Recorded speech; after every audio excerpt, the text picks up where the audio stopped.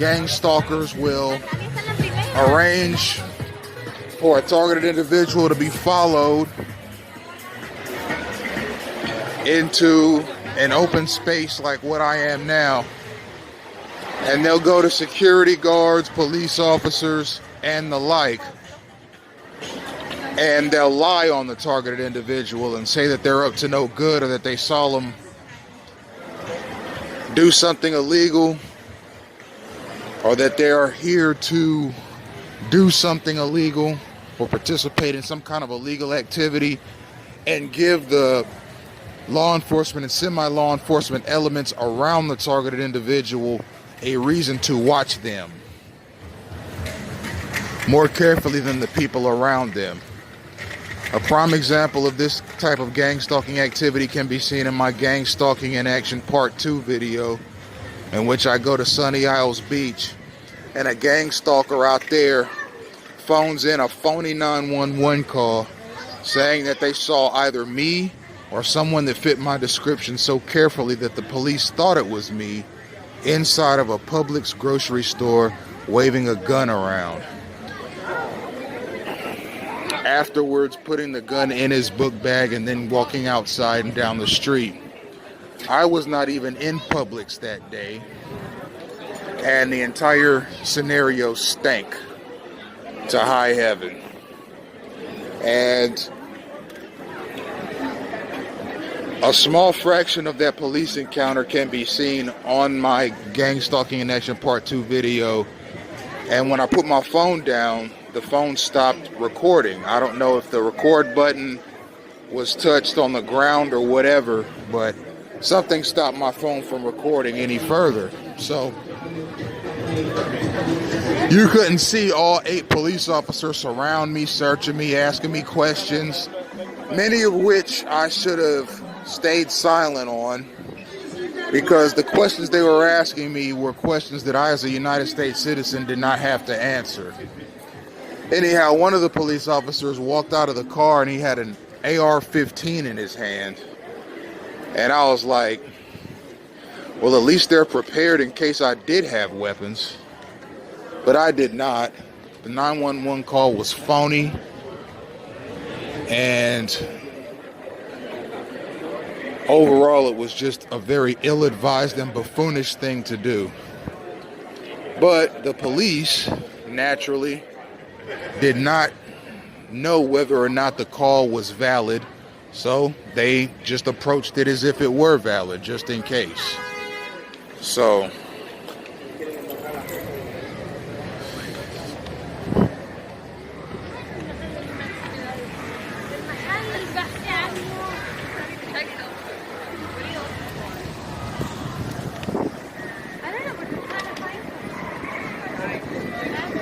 that's one thing gang stalkers like to do. They like to arouse suspicion around the targeted individual and try and get him into trouble wherever he goes.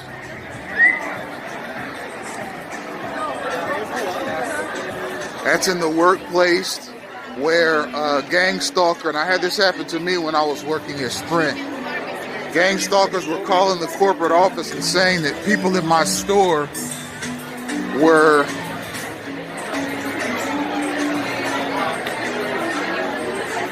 that my store was understaffed and that the customers that came into the store were not being properly assisted, which prompted the corporate office to look into our store quite a bit. And then various other setups happened after that. Sabotaging somebody on the job is easy. People phone in phony phone calls to corporate offices all the time and make phony complaints about people that they don't like. That's a part of gang stalking activity, and I've experienced it on every job I've ever had.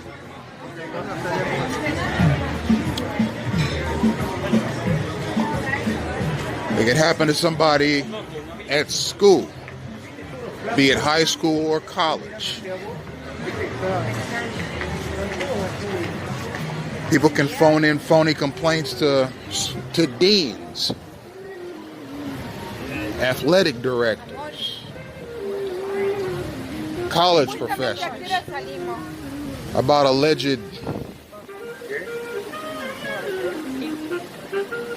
illegal or otherwise unseemly activity going on in classrooms or in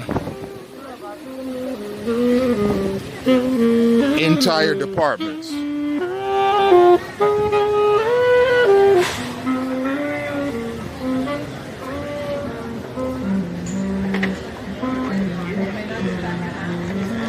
I played the saxophone for a little while myself in middle school. I didn't become John Coltrane, but I enjoyed it. And some of my favorite songs out there include the wonderful sounds of a saxophone. Anyhow, gang stalking takes many forms. It's not just people obstructing your movement and cutting you off and swarming you when you're out and about. Dinner special, guys. There are phony 911 calls. I've had many placed against me in my life. There's the instigation of bad police interactions. I've had many of those phoned in on me in my life. Most recent one being in Broward County, which is just the most god-awful situation a person with no criminal record could be in. Especially considering the fact that I didn't commit a crime or have any intention of committing a crime given the circumstances. I talk at some length about the situation in Broward County in a few other of my videos.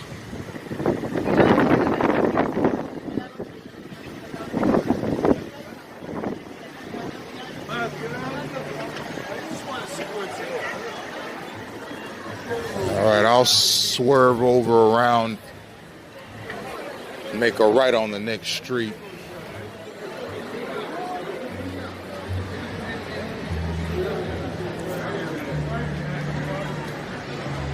This gang stalking thing is out of control, and I'm starting to think that the people that are involved in it don't realize that they're gang stalking.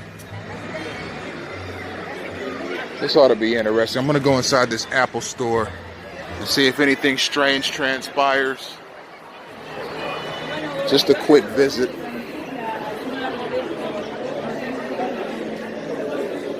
Because gang stalking does happen in closed quarters like this.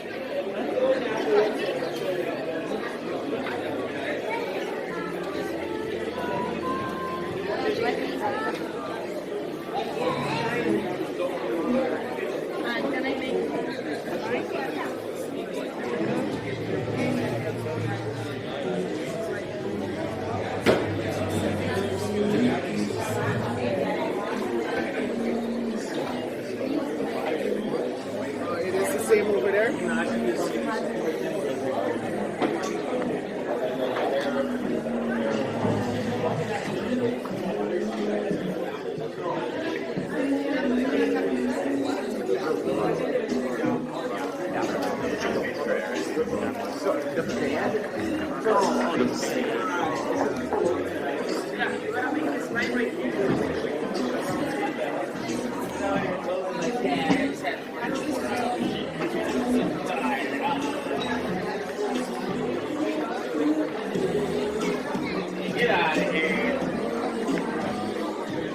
Looks like an advanced lens for iPhone XS Max.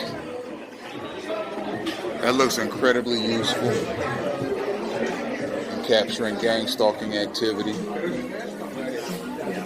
Alright, let's go ahead and roll out of here.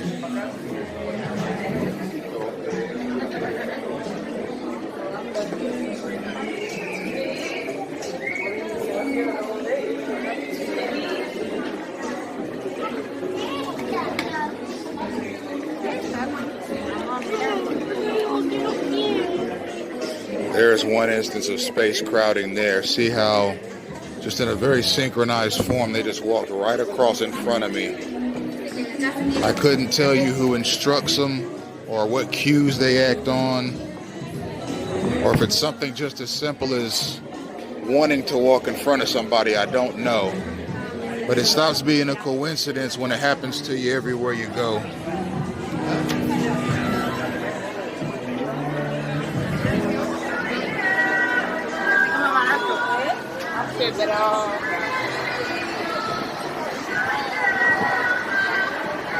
Now, mind you, if in fact the people gang stalking don't realize that they're gang stalking, or that the things that they do are serially harassing and annoying somebody, then people that engage in gang stalking would include all demographics of people, regardless of any particular demographic, just all demographics, period. And I've said in previous videos that there were demographics of people that in this country, the United States, that see the police as, and law enforcement in general, and the military, law enforcement, etc., and semi-law enforcement, which is security, as not being capable of doing any wrong. Military, law enforcement, and semi-law enforcement are being above reproach. There's a demographic of people in this country that believe that, and the demographic that I'm referring to is middle class and upper middle class Americans. Most middle class and upper middle class Americans that you speak to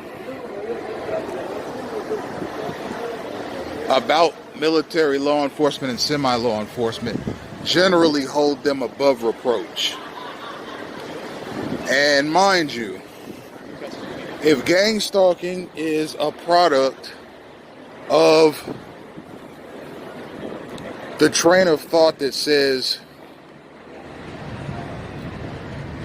I'm up for anything, just so long as I can call the police if things get shaky, that would make most demographics of Americans in the middle and upper middle classes feel very safe doing their gang stalking activities, whether or not they know they're actually participating in gang stalking activity. I believe some do, but I believe others don't. Okay? Men, women, and children take part in gang stalking. And one thing about a targeted individual is they are constantly getting told on by somebody. Somebody is pointing at me right this very second, in overt ways and covert ways, with the intention of getting me into some kind of trouble.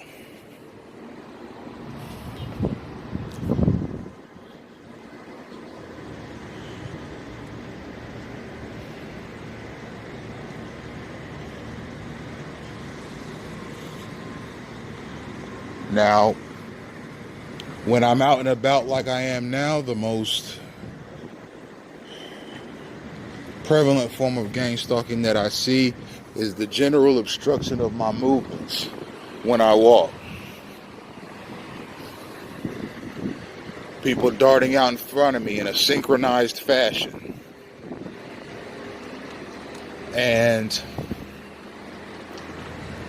just a general crowding of my space by more than one person, especially if I'm sitting at a bus stop or trolley stop. The most prevalent form of gang stalking that I experience on buses or trolley are people, gang stalkers, stepping on my shoes and bumping into me with their book bags and so forth. They're not that clumsy, and I'm not taking up that much space to where a person walking down the aisle to the next stop has to bump into me or step on my shoes or do something of that nature. That is gang stalking. And when it happens every time you get on a bus or every time you get on a trolley, it becomes a problem. Now, a lot of this stuff was taking place in the first set of videos that I uploaded to Twitter. I had 12 videos I'd uploaded to Twitter of gang stalking activity, and I inadvertently deleted those videos when I was clearing out space in my Google Drive account. In this second round of videos,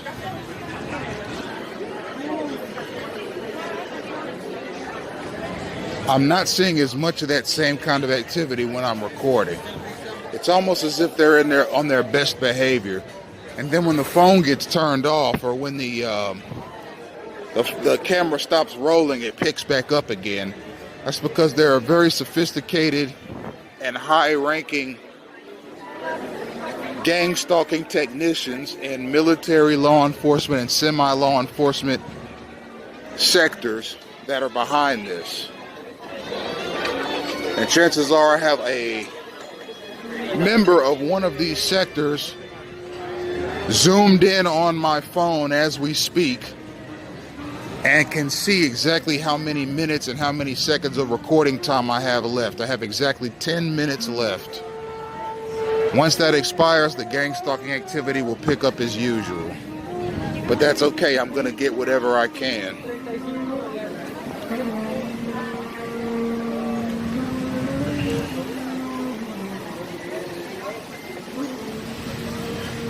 I found in South Florida sometimes jaywalking is safer than waiting on the light to turn, the pedestrian light to turn, because when that pedestrian light turns, oftentimes a car will swerve over in front of you as a part of gang stalking activity and block you off as you're walking. Okay, and these waiters too. Every time I walk through one of these strips that have these outdoor restaurants, I always get cut off by one of these waiters. I always get cut off. I don't see it happening to other people. It happens to me. Okay, that's how I figure I'm a targeted individual, because of what I've read about gang stalking, what I've experienced about gang stalking, and what I've just seen generally in regards to gang stalking. This stuff keeps happening to me personally and not to the people around me, so it leads me to believe that I'm the target.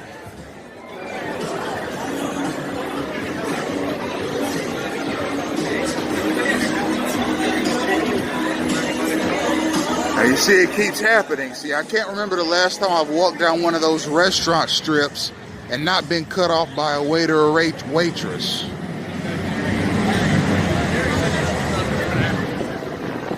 I have a good mind to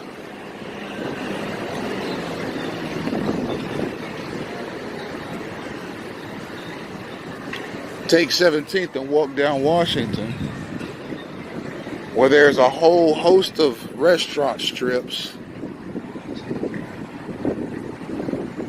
so I can demonstrate it for you again, maybe on the next video.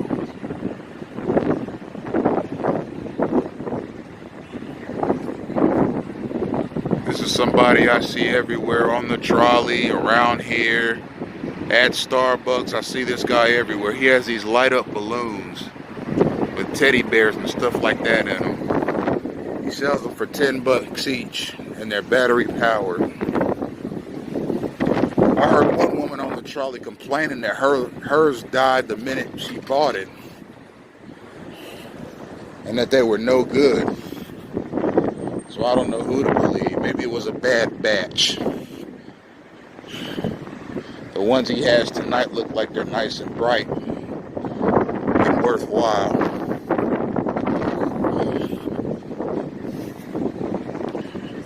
If I had more time, I'd take you down Washington southbound, so I could walk down some more of those restaurant strips, and you could see how perfectly timed those waiters cut in front of me coming in from out of those restaurants. And it only happens to me when I'm in the vicinity.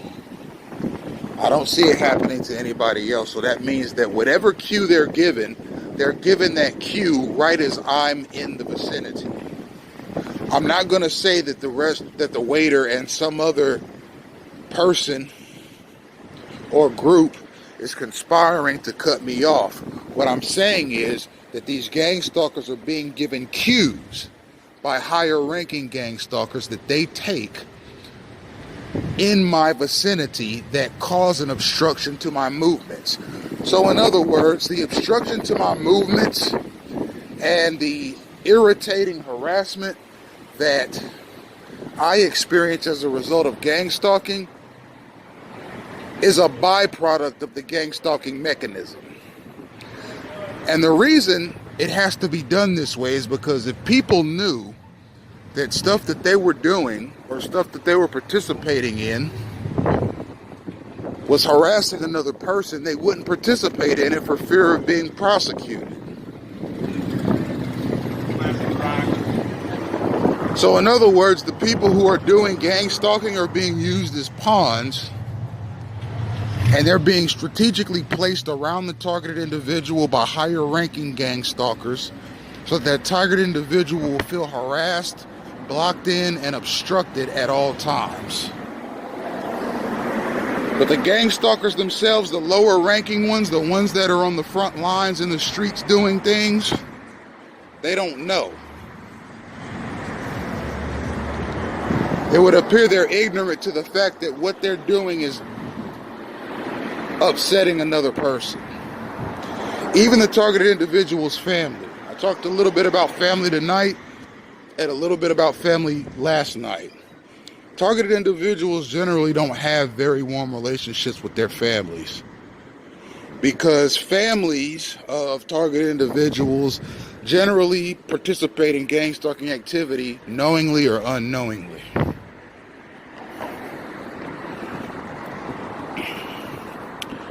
And I've had a few episodes with my families and extended families on both sides, maternal and paternal, that has distanced me from them.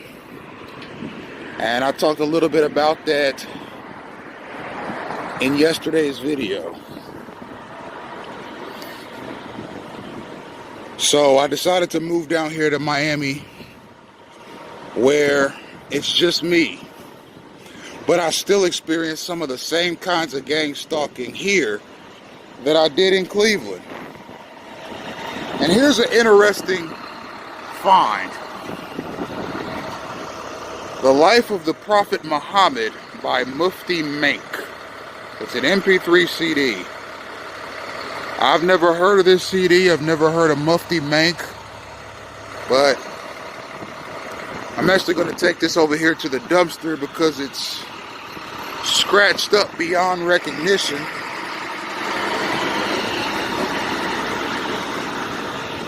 And we're going to see some gang stalking here. Here we go. Synchronized space crowding, getting cut off as soon as I walk across an intersection. And here's two other cars that are about to engage in the same manner of gang stalking.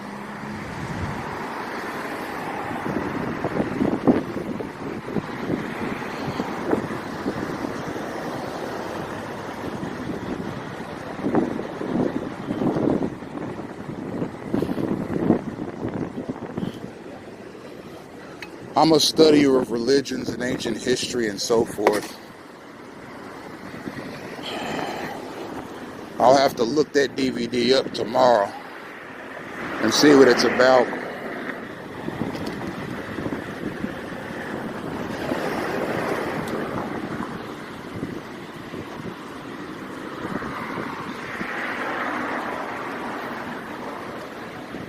Now, mind you, a person darting in front of you in a synchronized fashion is gang stalking. Whether or not they collide into you, and I have had people collide into me doing that, it's gang stalking. It's annoying, it's obstructive, and when it happens to you every day, it starts becoming distressing. And you instantly, when that happens, you go into fight or flight mode.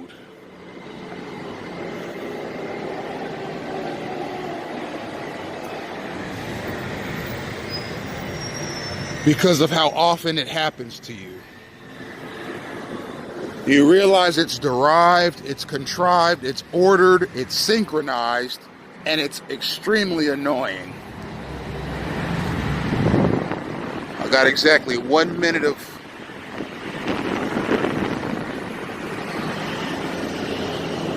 recording left. And in all of my videos, that happens to me at least one time. Many instances more than once, where a person in a or a group of people or cars in a synchronized fashion swerve out in front of me and obstruct my general movements. It's rude, it's annoying, and I can't stand it. It happened in the Apple store with that young family.